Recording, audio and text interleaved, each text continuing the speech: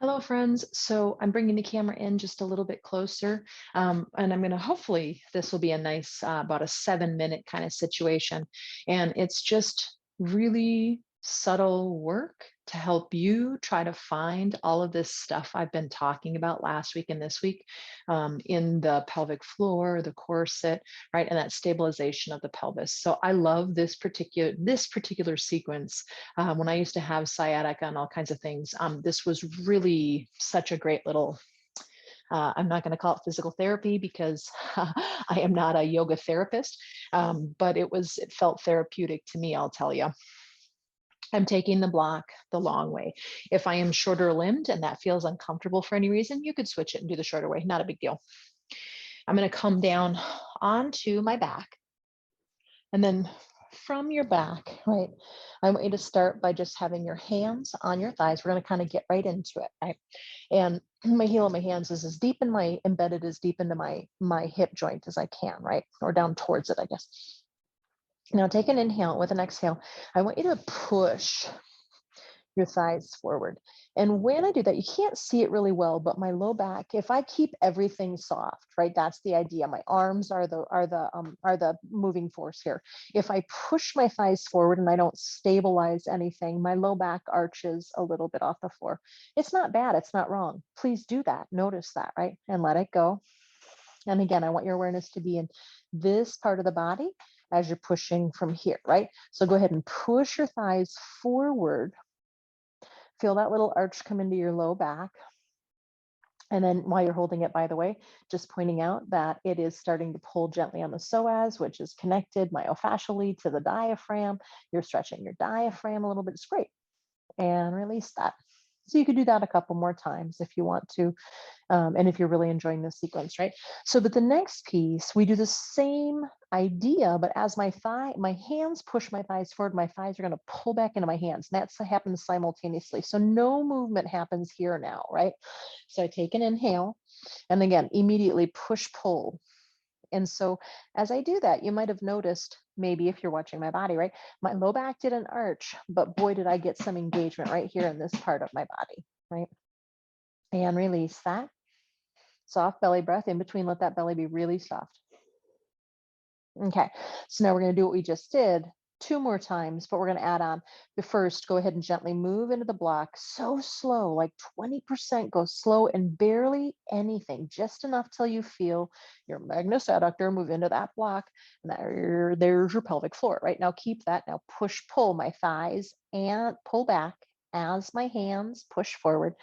My ribs want to flare off the ground like crazy because that's one of my things that I do in my body. So I'm going to keep my ribs grounded and my pelvis neutral and my low back neutral. And I'm holding it the whole time, by the way. And release that. Soft belly breath.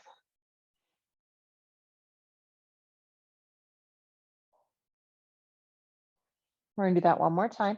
Move into the block super slowly and gently, just barely feeling that muscle engage. Now do your push, pull, thighs into hands, hands in the thigh. Don't let the spine move with that action, right? Let it be a way to engage the corset muscle, right? It runs around the front and back side of the body. I think of it as just like a lovely, just nice little bear hug from the corset to support the spine and the sacrum. And release that. Whew, and breathe. It's a lot of work when you're taking the time and all your awareness is right there. Yeah. Okay, so now you can move that block out of the way. You can leave it in too, by the way. But if you want, I want you to start to learn how to find it without the block in there as well. But for some of us, we use the block for a while we're in this learning phase. So my feet underneath my heels, right? And just keeping this area exposed so you can see what I'm doing, what I'm talking about, right? And we're just going to bring that into a bridge. So now go ahead and lift your hips and come up one vertebrae at a time. Don't go into an extreme bridge. Grab the edges of your mat and walk your shoulders underneath you. So it's not really, and I'm not going really deep. Did you notice that? Just enough that my chest feels lifted and it's not caved in. And I'm going to turn my head forward now because I don't want to hurt my neck. Now go ahead and move into the imaginary block between your thighs, right? Find the pelvic floor. And imagine your hands on your thighs. Try to push, pull. It's harder here, isn't it? But find that corset and breathe. Now push your mat gently forward to the front of towards your foot side of the mat, and feel your chest open just a touch more. Don't go for the extreme back bend today. And lower down. But do you feel how the low back and the sacrum feels so much more secure when we engage some of those pieces, right? So now we're going to maybe bring it into a bigger back bend, but I want all that other stuff first today, right? So now move into an imaginary block, push into the floor, come on up, come under a little bit, don't go too far, and still just the edge of the mat for now, right? So move into the block first and foremost. And then from there, right, keep that action of the pelvic floor. Now try to find the push-pull action so you find a little bit of that corset around the whole body.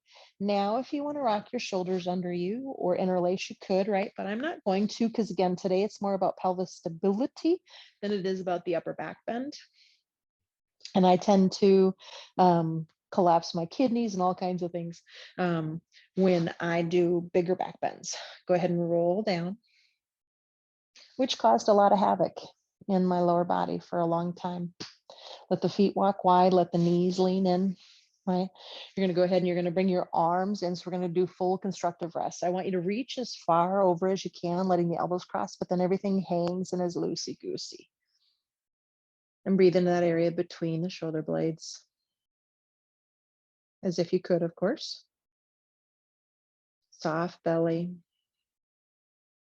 Go ahead and do the other way.